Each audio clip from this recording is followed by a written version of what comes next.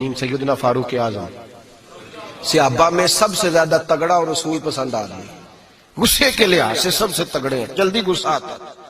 ایک شخص کہتا ہے میری بھارے تگڑے قبیلے میں شادی ہو گئی، بیوی میری بڑی سخت تھی، اس کے لب و لہجے میں بڑی سختی تھی، وہ قبیلہ بڑا مالدار تھا تو میں بات نہیں کرتا تھا۔ ایک دن میری بیوی نے بڑے سخت جملے کہے تو میں جناب عمر کے پاس آ گیا۔ توجہ ہے آپ دوستوں کی؟ کہتے ہیں حضرت عمر کے پاس آیا تو میں نے دروازے پہ دستک دی، بیوی کی شکایت کرنے آیا کہ ذرا مہربانی کریں۔ تو کہتے ہیں جناب عمر اندر سے اٹھے تو ان کی زوجہ بولنے لگی، کہنے لگی بس آ گیا آپ کو کوئی بلانے والا؟ ابھی 5 منٹ نہیں ہوئے تھے آپ کو آئے، سارا دن آپ مسجد میں رہتے ہیں، ساری رات آپ چہرے پہ نقاب ڈال کے گلیوں میں گھومتے ہیں، اتنی ڈیوٹی آپ کرتے ہیں، گھر یہ میرا اکیلی کا ہے، بچے میری تنہا کے، آپ کو کچھ خیال ہونا چاہیے، کچھ توجہ کریں۔ وہ شخص کہتے ہیں وہ بی بی بولتی رہی اور جناب عمر ہنستے رہے، اور ان کی مسکراہٹ بھی میں سن رہا تھا۔ جب آپ بہت زیادہ مسکرائے نا تو وہ بھی مسکرانے لگی، زوجہ بھی مسکرانے لگی اور کہنے لگی اب کیا کہتے ہو؟ تو جناب عمر کہنے لگے کیا یہ رہا ہوں کہ اگر تیری بات ختم ہو گئی ہے تو میں جاؤں، اور اگر ہے تو میں کھڑا ہوتا ہوں، سنا لے کوئی اور بھی ہے تو۔ یہ بات کہہ کے باہر آئے نا جناب سیدنا عمر فاروق، تو وہ شخص کھڑا تھا، آپ نے فرمایا کیسے آئے ہو؟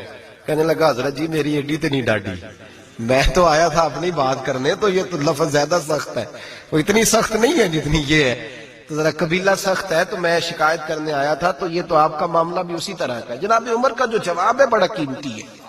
آپ نے فرمایا میری بیوی میری ہر طرح کی خدمت کرتی ہے، لفظوں کا حسن دیکھیے، ایسے نہیں کہ بیوی کوئی کام بھی نہ کرے اور مفت کی چڑھائی کرے، وہ بھی درست نہیں ہے۔ فرمایا میری بیوی میری ہر طرح کی خدمت کرتی ہے، میں گھر نہیں ہوتا تو میرے بستر کو پاک رکھتی ہے، کسی کی جرت نہیں میرے بستر کو دیکھ بھی جائے، میرے بچوں کو جب میں بستر پہ بلاتا ہوں آتی ہے، میرے بچوں کا خیال رکھتی ہے، میں باہر ہی رہتا ہوں گھر کے، لیکن گھر کی ذمہ داریاں ساری اس نے اپنے کندھوں پہ لے لی ہیں۔ فرمایا میرے مزاج میں جلال ہے، میں روز اونچا بولتا ہوں تو سنتی ہے، میری بیوی ہے نا، میں اس کا لباس ہوں وہ میرا لباس ہے، کبھی کبھی وہ اونچا بولتی ہے تو میں بھی سن لیتا ہوں، بیوی جو میری ہے۔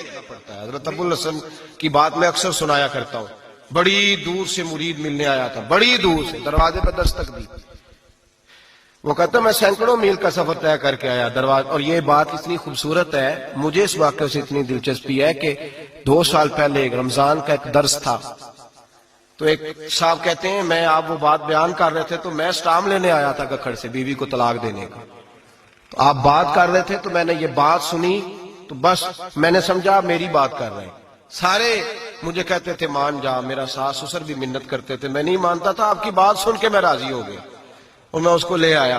حضرت ابو الحسن کہتے ہیں بیوی ذرا مزاج کی سخت تھی، کردار کی بڑی عمدہ، پر لفظوں کی ترش تھی، تلخ جملے بولتی تھی، تو مرید ملنے آیا بڑی دور سے، بستا دروازے پہ دستک دی، کون ہے؟ کہا میں حضرت کا عقیدت مندوں ملنے آیا ہوں۔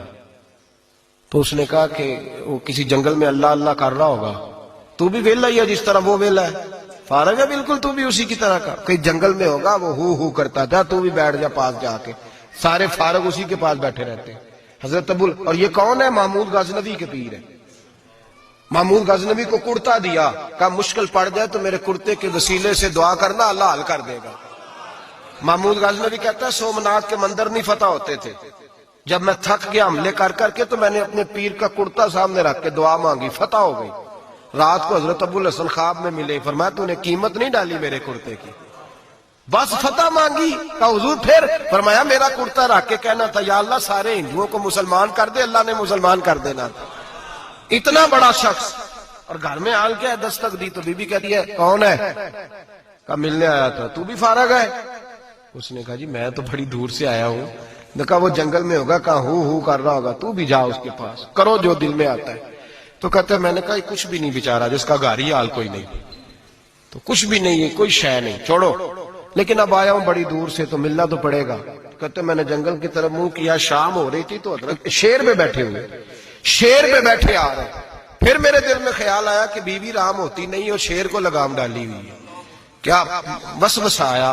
تو فرماتے ہیں نیچے اترے تو فرمانے لگے کہ ساری عادتیں اچھی ہیں، زبان کی نہیں اچھی، ساری عادتیں، میں نے بتایا نہیں، خود بولے ساری عادتیں اچھی ہیں، زبان کی نہیں اچھی، اور مجھے پتا ہے میں نے نکال دی تو کوئی رکھے گا بھی نہیں، کسی کے ساتھ گزارا نہیں کر سکتی، میرا تو ہو رہا کوئی نہیں رکھے گا، فرمانے لگے میں اس بد زبان سے حسن سلوک کرتا ہوں، اللہ نے بے زبان مخلوق میری فرما بردار کر دی.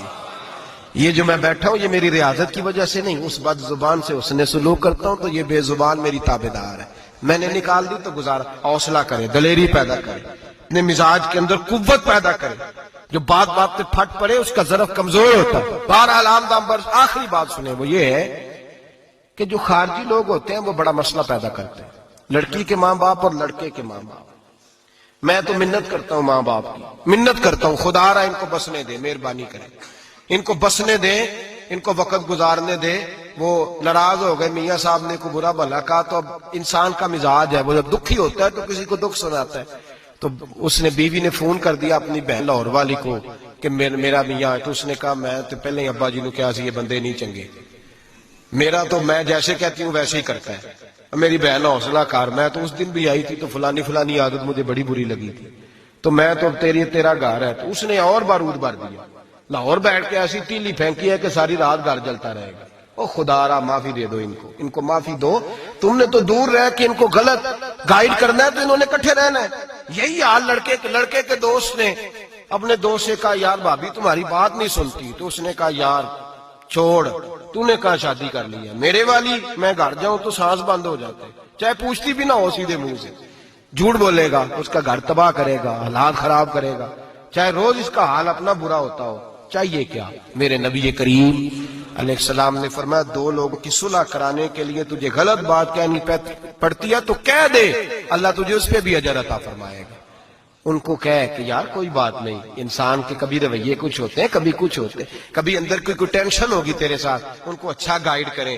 اس لیے کہ ان دونوں نے اکٹھے رہنا ہے، تم نے تو فطور ڈال کے نکل جانا ہے. میرے نبی پاک علیہ السلام کی حدیث سنیں، حضور نے فرمایا لعنتی ہے وہ شخص جو مرد کو عورت کے خلاف اکساتا ہے اور عورت کو مرد کے خلاف اکساتا ہے. وہ لعنتی ہے، وہ کوئی بھی ہو، مائیں بھی اور باپ بھی اور بہنیں بھی، سارے اس بات کا خیال کریں، غلط فکریں دماغوں میں نہ چھوڑے. آپ اپنا گھر بسائیں گے، سائڈ پہ ہو جائیں گے اور یہاں تباہی اتر جائے گی. مہربانی کریں، گھر ٹوٹتا تب ہے جب باہر والے فساد برپا کرتے ہیں. میں ایک جملہ اکثر کہا کرتا ہوں، میاں بیوی کا اپنا جھگڑا نہیں ہوتا، جب بھی ہوتا ہے کسی تیسرے کی وجہ سے ہوتا ہے. اور جب گھر ٹوٹ جاتا ہے تو مصیبت اس کے لیے ہوتی ہے، خامند کے لیے یا بیوی کے لیے. اور یہ جو گھر ٹوٹتے ہیں تو سب سے زیادہ شکار وہ نونہال ہوتے ہیں جن کو باپ کی بھی ضرورت ہوتی ہے، ماں کی بھی ضرورت ہوتی ہے. وہ خامند بھی نئی بیوی لے آیا، ماں نے بھی نیا بیاہ رچا لیا، لیکن بچے ترستے ہیں، روتے ہیں کہ خدایا یہ کبھی کٹھے ہوتے. گھر ٹوٹ گیا، خاندان بکھر گئے، رشتے برباد ہو گئے. اور پھر اس کا نقصان کل کو اس بچی کی جب شادی ہوتی ہے تو اس کے بھی گھر والے پوچھتے ہیں ان کی طلاق کیوں ہوئی، کیوں ان کے ماں باپ آپس میں علیحدہ ہوئے. کہاں تک اس گھر کے ٹوٹنے کا اثر جاتا ہے، کہاں تک یہ تباہی اترتی ہے. میرے نبی کریم علیہ السلام نے گھر جوڑنے کا حکم دیا، فرمایا طلاق دینا جائز ہے پر اللہ کو پسند نہیں. خدا را اپنے تصورات کے اندر روشنی صحیح پیدا کریں، سوچوں کو درست کریں، حوصلوں کو بڑا کریں، شریعت کے بتائے ہوئے قاعدے اور ضابطے کے مطابق چلیں. اپنی زندگی اعلیٰ ظرفی کے ساتھ گزاریں گے تو آپ جوڑیں گے اور جوڑنے والے بنیں گے. اور اگر آپ کے اندر حوصلہ نہیں ہوگا تو روز بکھرے گا کام، روز ٹوٹے گا. ہمیشہ مدحت خیر الانام میں گزرے. دعا ہے یہ عمر درود و سلام.